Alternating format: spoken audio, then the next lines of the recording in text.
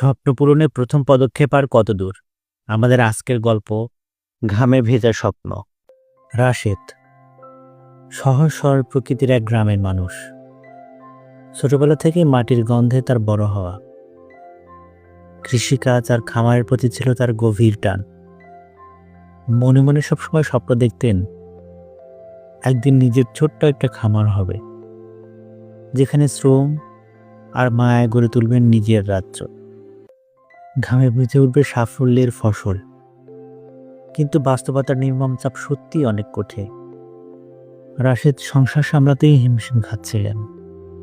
স্ত্রী সন্তানের চাওয়া পাওয়া, সংসারের খরচ, এসব কিছু যেন পাহাড়ের মতো চাপ ছিল তার কাঁধে। একসময় বাধ্য হয়ে স্ত্রী সন্তান ও মাটির টান পেছন ফেলে পা বাড়ান দূর দেশের পথে, প্রবাস নামের কারাগারে। প্রবাসীর দিনগুলো ছিল নিঃসঙ্গ, কঠিন। ঘামের বিনিময়ে কিছুটা স্বস্তি পেলেও রাতের বেলায় চুপচাপ বিছানায় শুয়ে থাকতেন রাশেদ। ভেতরটা কেমন ফাঁকা ফাঁকা লাগতো। দেশের আকাশ, মায়ের গন্ধ, স্ত্রীর অপেক্ষা, ছোট রাইফার ভিডিও কলে বাবার সাথে ছোট ছোট কথা, এসব কিছুই নীরবে তাকে টানত। প্রবাসে থাকার সময় তার সবচেয়ে বড় মানসিক সহায় ছিল বন্ধু কাউসার, যিনি নিজেও একজন সফল পোল্ট্রি ব্যবসায়ী। ফোনে সবসময় সাহস দিতেন, বলতেন, রাশেদ ভাই, যদি এখানে ভালো কিছু করতে না পারিস, তাহলে পরের দেশে থেকে কি করবি? ফিরে আয়, নিজের দেশে নিজের স্ত্রী সন্তানের সাথে থাক, খামার কর, দেখবি তুই অনেক ভালো করবি ইনশাআল্লাহ। কাউসারের কথাগুলো রাশেদের হৃদয় শক্তি দিত। একাকী রাতগুলোতে সে কথাগুলো সাহস জোগাত। একদিন রাশেদ গভীর রাতে নিজেকে প্রশ্ন করে, আর কতদিন এই পরের দেশে? আর কতকাল দূরে থাকবো নিজের মাটি, নিজের প্রাণের টুকরোদের ছেড়ে? অবশেষে সিদ্ধান্ত নিলেন, এর ফিরে যাবেন। এবার নিজের স্বপ্নকেই আঁকড়ে ধরবেন। বছরের পর বছর রক্ত ঘামে সঞ্চিত টাকা নিয়ে ফিরলেন প্রিয় মাতৃভূমিতে। পরে পর্বে দেখুন রাশেদ ফিরে এসে কিভাবে শুরু করলেন তার খামার, আর স্বপ্ন পূরণের পথে প্রথম পদক্ষেপে কি অপেক্ষা করছিল তার জন্য। রাশেদের মতো কত মানুষই তো আছে যারা ঘাম আর স্বপ্ন নিয়ে বাঁচে। যদি এই গল্প আপনার হৃদয় ছুঁয়ে যায়, তাহলে শেয়ার করুন। আপনার মতো আরও একজন মানুষ হয়তো সাহস পাত। আর কমেন্টে জানিয়ে দিন, আপনিও কি কখনো এমন টান অনুভব করেছেন? Inspired by Poetry Manager. চোখের কোণায় চেপে রাখা কান্না, ভেতরে ফেটে যাওয়া বুক, আশাহত স্ত্রীর নীরবতা, আর সন্তানের চোখের সামনে রাশেদ অনুভব করলেন স্বপ্ন ভেঙে গেলে কতটা ব্যথা লাগে। স্বাগতম আমাদের আজকের গল্প, ঘামে ভেজা স্বপ্ন। রাশেদ ফিরলেন নিজের গ্রামে, যেখানে তার আত্মা ও স্বপ্ন একই সুতোয় বাঁধা। বন্ধু কাউসারের ঐক্রান্তিক প্রচেষ্টায় শুরু করলেন নিজের ছোট্ট স্বপ্নের খামার। মাটির গন্ধমাখা সেই খামারে শুরু হলো ব্রয়লার মুরগির উৎপাদন।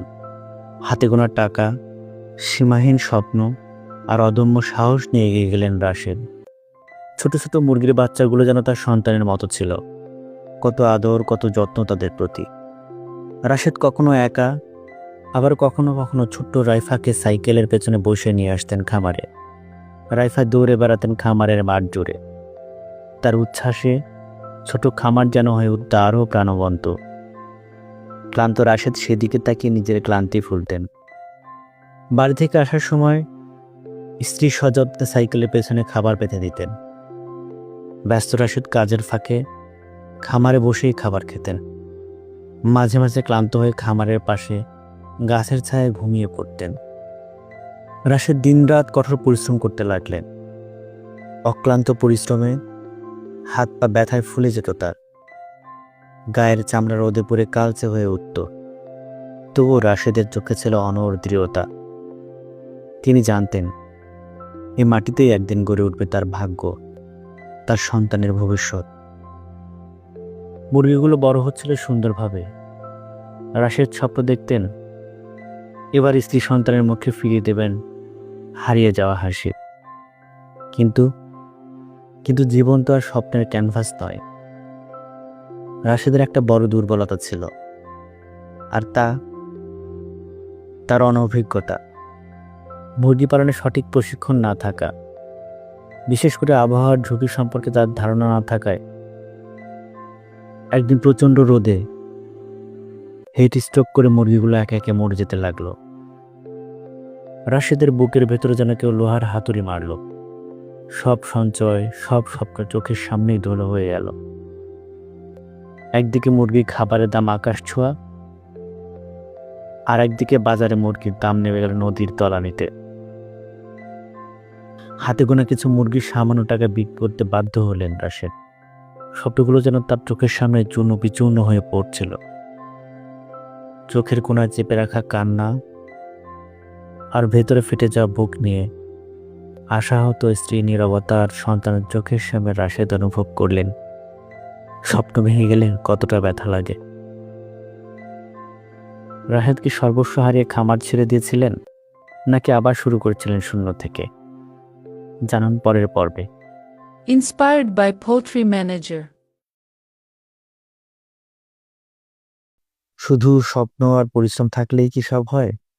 জ্ঞান না থাকলে স্বপ্ন ধোঁয়ায় উড়ে যায়। স্বাগতম আমাদের আজকের গল্প, ঘামে ভেজা স্বপ্ন। স্বপ্ন ভাঙা বুক নিয়ে রাশেদ ভাবতে শুরু করে নতুন করে। এই সময় বন্ধু কাফসার পাশে ছিলেন।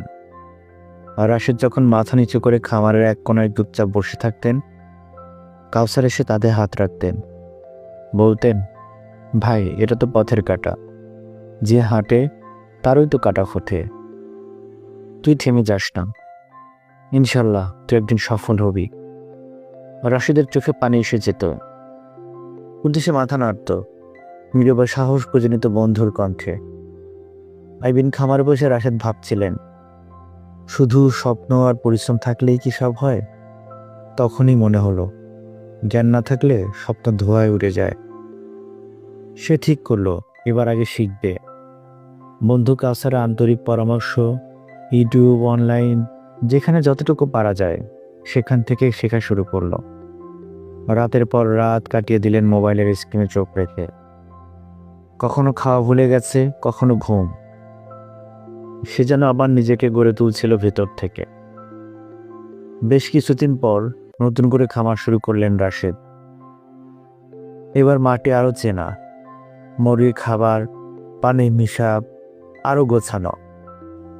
আবহাওয়ার হিট স্ট্রোক ঠেকাতে পাখা, ছায়ার ব্যবস্থা, সবকিছুতেই ছিল যত্ন আর পরিকল্পনা। রাশেদ জানতেন এবার ভুল করার কোনো সুযোগ নেই, কারণ এই লড়াই শুধু নিজের জন্য নয়, রাইফার হাসি মুখের জন্য, স্ত্রী মুখের শান্তির জন্য। একদিন বিকেলে মাঠে রাইফা খেলছে, রাশেদ দূর থেকে দেখছেন। তার মুখে এক ছিলটে হাসি, চোখে আত্মবিশ্বাসের দীপ্তি। রাশেদ বুঝে গিয়েছেন জীবন চলার পথ কখনো মসৃণ নয়। থেমে যাওয়া মানেই তো হেরে যাওয়া। পরিশ্রম, সততার সঠিক জ্ঞান, এই তিনেই আছে প্রকৃত সাফল্য। এবং যারা সত্যিকারের লড়ে, জীবন একদিন ঠিকই তাদের হাতে তুলে দেয় কাঙ্ক্ষিত স্বপ্ন। শেষে রাশেদ আকাশের দিকে তাকিয়ে বলেন, আল্লাহ, তুমি আছো বলেই আজও আমি দাঁড়িয়ে আছি। তোমার দেওয়া মাটি, তোমার দেওয়া মানুষ আর তোমার দয়া, এই তিনে আমি একদিন আমার রাইফার ট্রফির স্বপ্নগুলোকে ছুঁয়ে দেবো বাস্তবতার ছোঁয়া, ইনশাল্লাহ। Inspired by Poultry Manager.